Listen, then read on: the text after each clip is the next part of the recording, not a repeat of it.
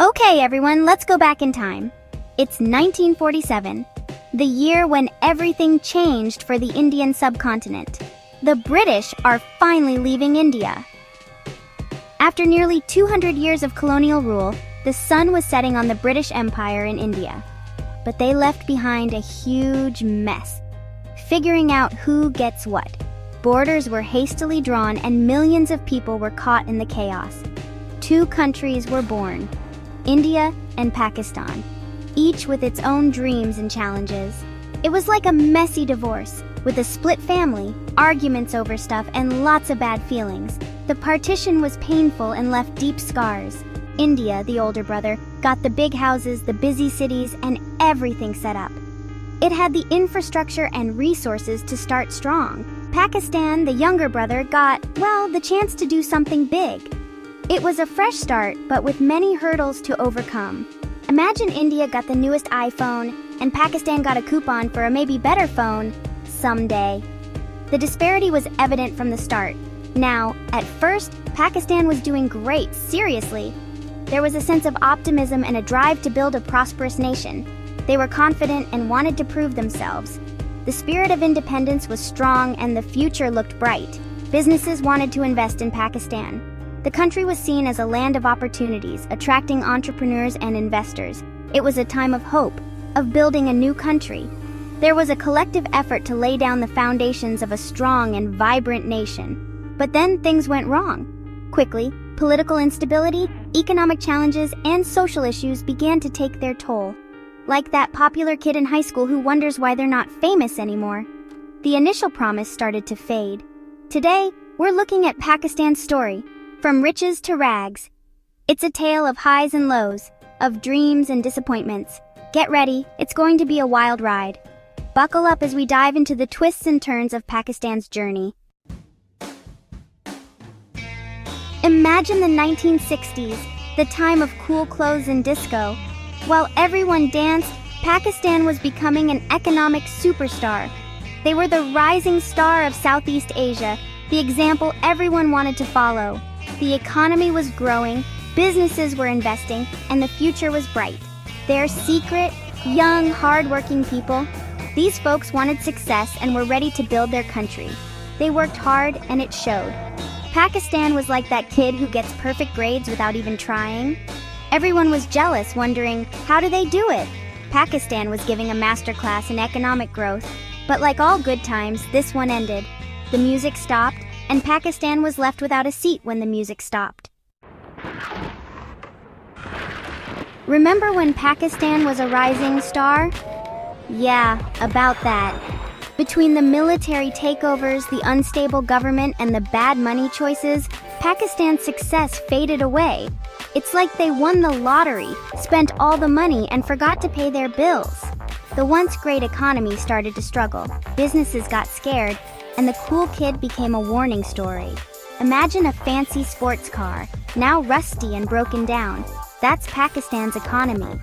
The decline was slow, painful, and embarrassing. But hey, at least they can still laugh about it, right? Because if you don't laugh, you'll cry. And believe me, there's a lot to cry about.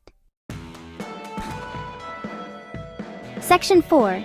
The Debt Trap Tango, Dancing with Danger. Let's talk about debt. It's a topic that often feels like a never-ending saga for Pakistan. Pakistan's relationship with debt is like a bad romance. They know it's bad, but they can't stop. It's a toxic relationship that keeps pulling them back in. Every time they try to get away, they end up borrowing more, spending more, and owing more. It's a vicious cycle that seems impossible to break. It's like they're stuck in a never-ending dance with the people who lend them money, going from one bailout to another. Each lender has their own demands and conditions. Each step takes them closer to disaster. The more they borrow, the more precarious their situation becomes. And don't forget about taxes. The tax system is another major issue. Pakistan doesn't collect much in taxes. The tax net is narrow, and many people and businesses evade taxes.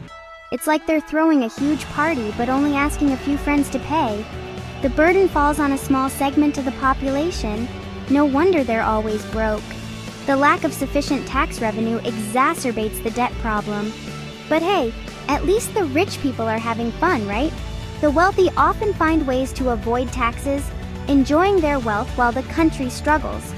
Speaking of the rich, let's talk about Vision 2025. This ambitious plan aims to transform the economy, but can it succeed amidst these challenges?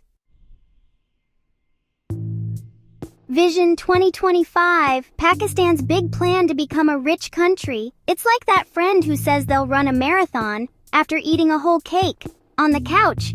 Being ambitious is good, but this vision seems more about big promises than real plans. It's full of fancy words like innovation and sustainable, but there are no real solutions. It's like they took all the trendy words, mixed them with glitter, and called it a vision. A little optimism is nice, but when it comes to money, it's dangerous. Let's talk about Pakistan's other favorite move, begging for money from wealthier nations. They rely on other countries and loans, hoping some of that money will reach everyone in need. It's like holding a cup under a dripping faucet, hoping it fills up enough to water the whole garden. It simply doesn't work. The money often goes to corrupt officials, while everyone else gets, well, the dripping faucet and nothing more. But hey, at least they're consistent, right? Always relying on others for help. And now, the grand finale of this sad, funny story, the big irony. It's a tale of two nations that started from the same point but took drastically different paths. While Pakistan was busy borrowing money and begging for help, struggling to keep its economy afloat, India, the once separated brother, quietly became a world power. They invested in technology, education, and infrastructure. They're now big in technology, a growing economy, and a hub for innovation.